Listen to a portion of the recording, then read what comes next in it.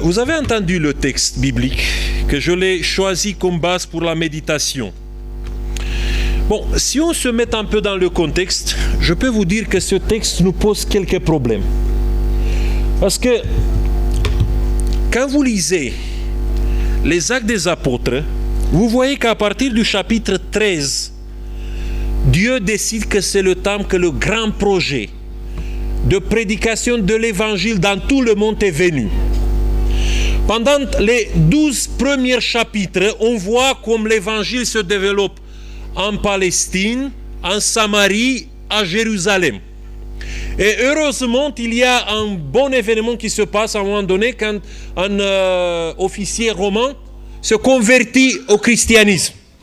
Et à partir de ce moment-là, il y a des discussions incessantes dans l'Église. Mais qu'est-ce qui se passe? Quelle est notre mission?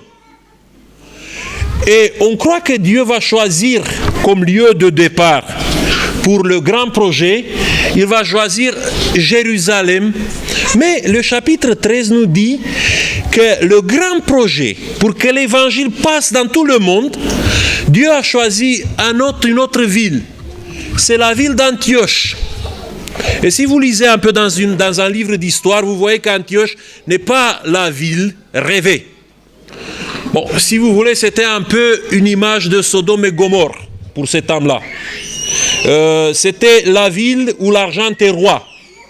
C'était la ville où, si vous voulez faire des affaires, vous serez plutôt escroqué que vous réussissez dans vos affaires. C'est la ville où vous trouvez partout des maisons, des bordels, où vous pouvez comme ça voir des prostituées. C'est une ville où les bons chrétiens, les bons gens ne vont jamais. C'est une grande ville. Les gens viennent ici pour faire des affaires, mais personne ne veut pas que dans cette ville, il peut vivre sa foi. Et toutefois, dans cette ville, il y a une église chrétienne qui apparaît. Et dans cette église chrétienne que Dieu choisit pour le départ de son grand projet pour prédication de l'évangile, il y a des missionnaires. Et parmi les missionnaires qui sont dans cette église, il y a encore un choix bizarre de Dieu. Parce qu'au lieu de choisir les célébrités du temple, il choisit 2 personnes. Et lisez encore une fois le livre des Actes des Apôtres pour voir qui étaient les 2 personnes. Le premier, c'était Barnabas. Mais qu'est-ce qu'il a fait Barnabas jusqu'à ce moment-là? D'abord, c'est un juif qui vient de la diaspora, il n'est pas né en Judée, il n'est pas né en Jérusalem, il n'a pas fait des grandes écoles qui étaient en Palestine. C'est un étranger. C'est un étranger qui a migré de Chypre, il s'est installé à Jérusalem, il a vendu tout, et maintenant il s'est installé en Antioche.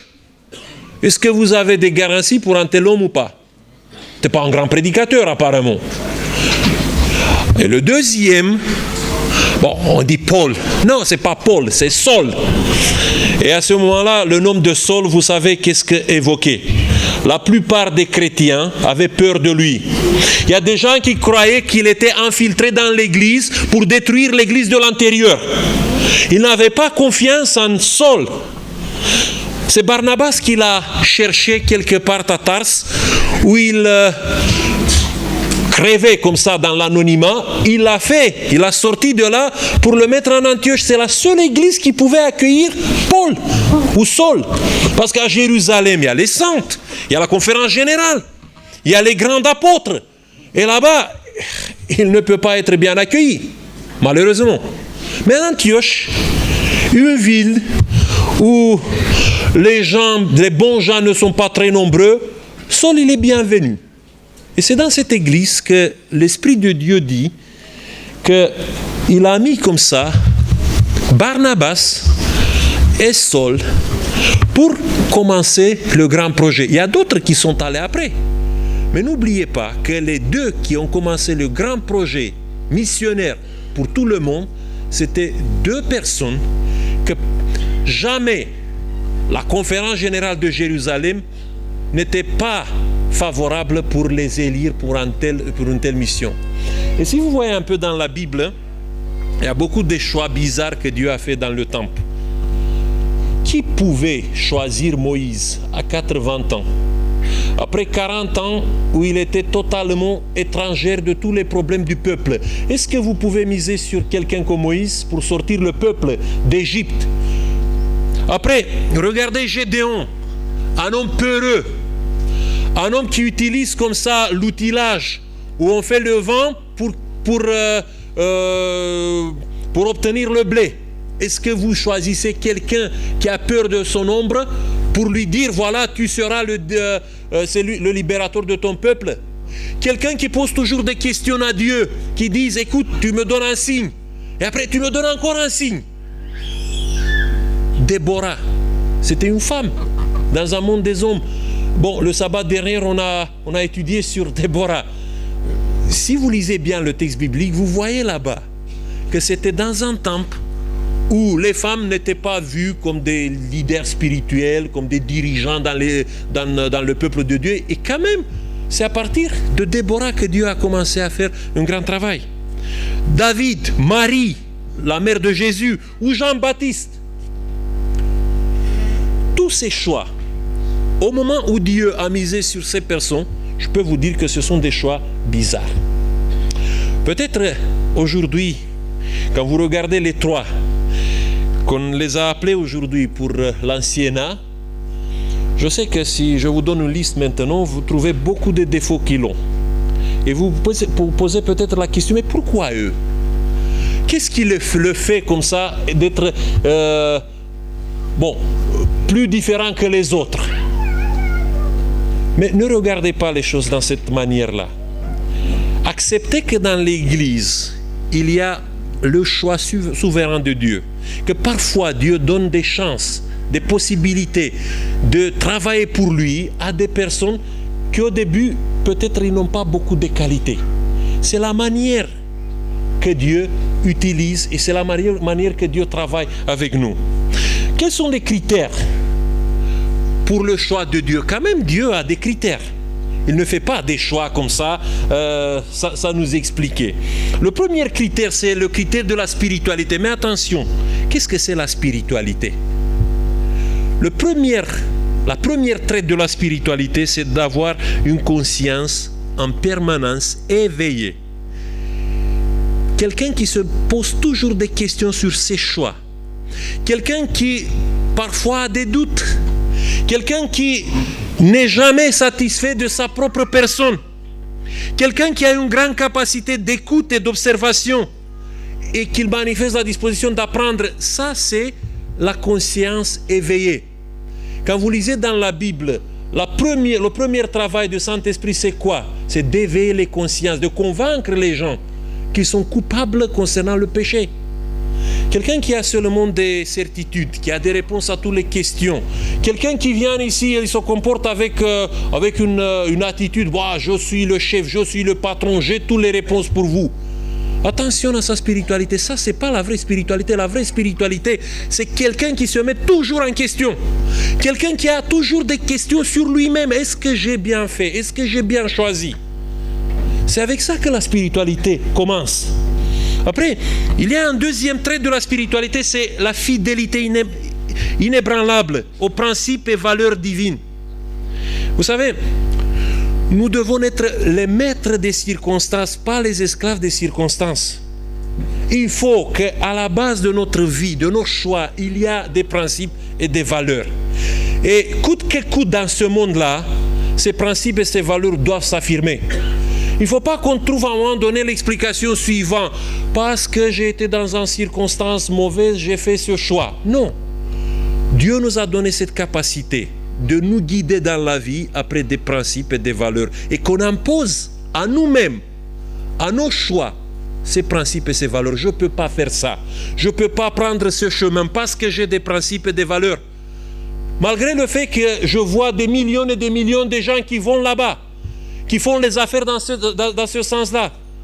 Mais tous ces gens-là, est-ce qu'ils ont des principes ou pas? Et un troisième trait de la spiritualité, c'est connaissance de Dieu, pas des enseignements de Dieu. Vous savez, nous confondons parfois la connaissance de Dieu avec la connaissance des enseignements. Dans la Bible, vous avez cette description d'Enoch qui dit qu'Enoch, il a marché avec Dieu. ça nous dit qu'il y a une proximité entre lui et Dieu. Que Enoch, c'est une réflexion du caractère, de la personnalité de Dieu dans ce monde-là. Dieu n'attend pas de nous que nous avons des grandes connaissances dans le domaine religieux, dans le domaine de la Bible. Oui, ça c'est bien, mais qu'est-ce que nous faisons avec ça? Comment ça nous transforme? Est-ce que ça nous approche de Dieu ou ça nous fait voir les défauts dans les vies des autres? Parce que si je lis la Bible pour chercher les défauts chez les autres, moi, ça, c'est pas la lecture de la Bible que Dieu veut. Dieu veut que dans la lecture de la Bible, je me retrouve moi-même. Et je me retrouve toute seule avec mon Dieu. Et le deuxième critère du choix divin, c'est le critère de la vocation. Bon, qu'est-ce que c'est la vocation? La vocation est donnée. C'est un appel que tu ressens en toi-même. Mais c'est un appel qui vient à partir des dons spirituels que Dieu nous a offerts, qui nous a donnés. Tu ne peux pas dire, voilà, je suis appelé pour faire telle chose, parce que tu aimes de te mettre comme ça au centre de l'attention. Parce que tu as vu que le prédicateur, le pasteur, c'est quelqu'un qui monte toujours à la chair. Il est bien vu. Tout le monde parle bien de lui. Et moi, je serai pasteur parce que lui, il est là. Bon. Mais est-ce que tu as les dons spirituels pour ça ou non? C'est la première question que tu dois te poser. Ta vocation, ton appel pour faire quelque chose pour Dieu, pour ce monde, pour cette église, partent de cette conviction concernant les dons spirituels. Et la préoccupation principale avant de trouver ta vocation, c'est de connaître quels sont les dons spirituels que Dieu t'a donnés. Tu dois les connaître, tu dois les utiliser. Et à partir de ça, il y a l'appel, il y a la vocation qui s'impose dans ta vie. Il ne faut pas forcer la vocation.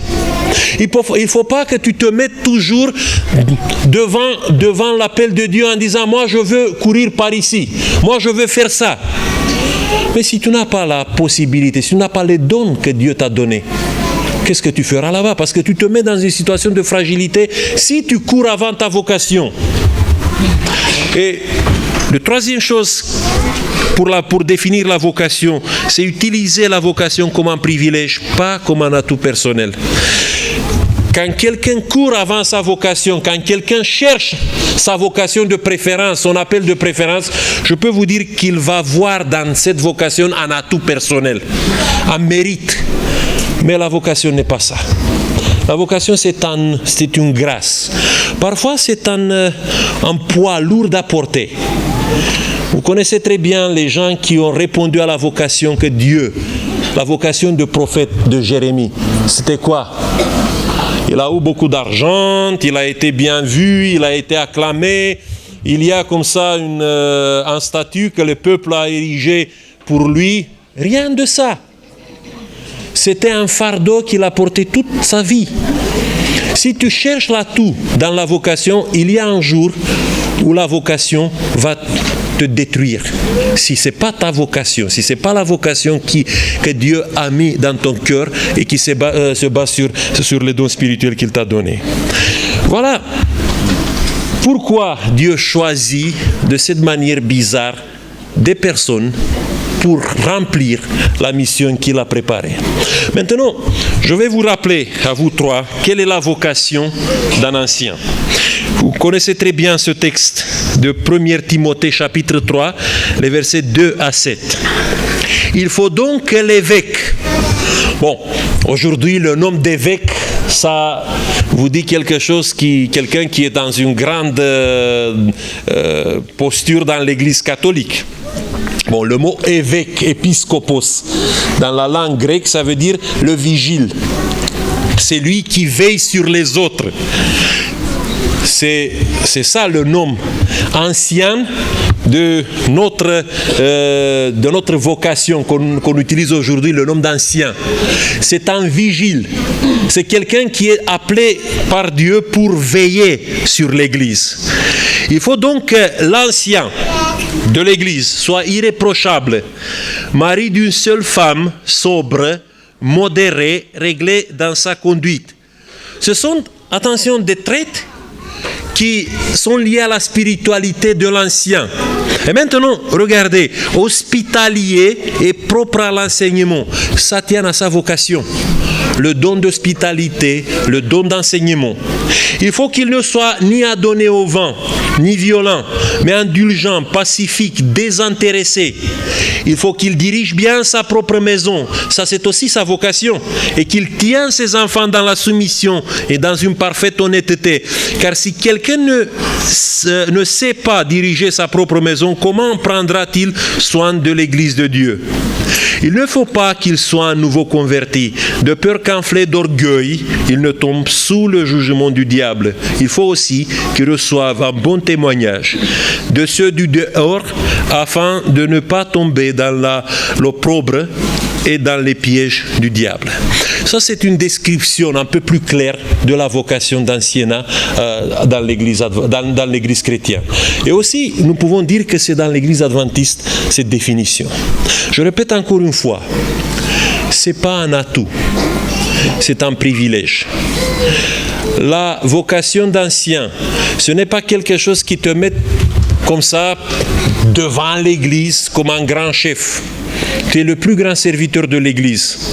C'est lui qui doit porter peut-être le fardeau le plus dur dans l'Église. Et il faut assumer ça. Il faut prendre cette responsabilité. Et pour l'Église, il faut que vous honorez les gens qui portent des fardeaux. Que vous priez pour eux et que vous leur donnez comme ça la possibilité que le fardeau soit de temps en temps un fardeau joyeux. Parce que des fois, dans la manière où nous regardons, nous nous comportons avec les autres, au lieu de leur donner la possibilité de porter le fardeau avec la joie, on leur donne parfois un sentiment de tristesse, parfois un sentiment qu'ils font les choses pour rien et que tous leurs efforts peut-être ne vont mener à rien. Mais ne vous découragez pas. C'est lui qui vous appelle, c'est lui qui vous inspire cette vocation. C'est celui qui va vous donner, à la fin, la joie qui vient du service. Que Dieu vous bénisse.